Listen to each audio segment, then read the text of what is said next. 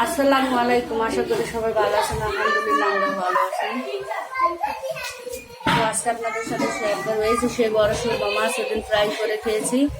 আজকে হচ্ছে ভুনা করব। আদা বাটা, রসুন বাটা, পেঁয়াজ বাটা নিয়ে নিয়েছি, ধনিয়া পাতা, মরিচের গুঁড়া, হলুদের গুঁড়া, জিরার গুঁড়া, লবণ নিয়ে নিয়েছি। তো চলেন মাছগুলো ভেজে নেবো। তেলগুলো গরম হয়ে গেছে, মাছগুলো দিয়ে দিচ্ছি। মাছগুলো সব দিয়ে দিলাম। দেখেন মাছগুলো ভাজা হয়ে গেছে, উঠে নিয়ে বাচ্চারা খেলতেছে। আর বাবা কি শক্ত। দিয়ে দিব আদা, রসুন বাটা, পেঁয়াজ বাটাগুলো।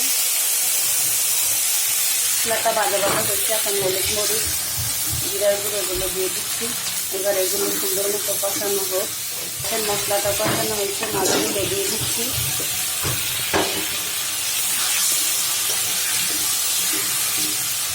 মাছগুলো বেড়ে চেড়ে সুন্দর মতো কষায়া তারপরে হচ্ছে জল দিয়ে দিব।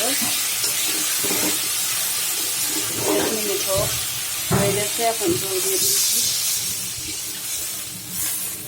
তো দেখেন কালারটা এত সুন্দর, আর ঘেরানটার কথা কি বলবো, এত সুন্দর একটা ঘ্রাণ।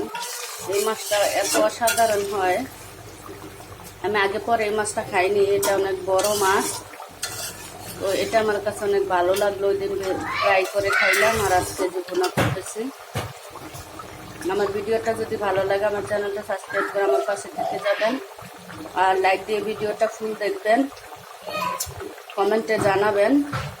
আমি ওই কড়াইটা থেকে এটা ঢেলে নিয়েছি, এটা আমি তরকারিটা রাখবো আর একটু ঝোল টানাবো।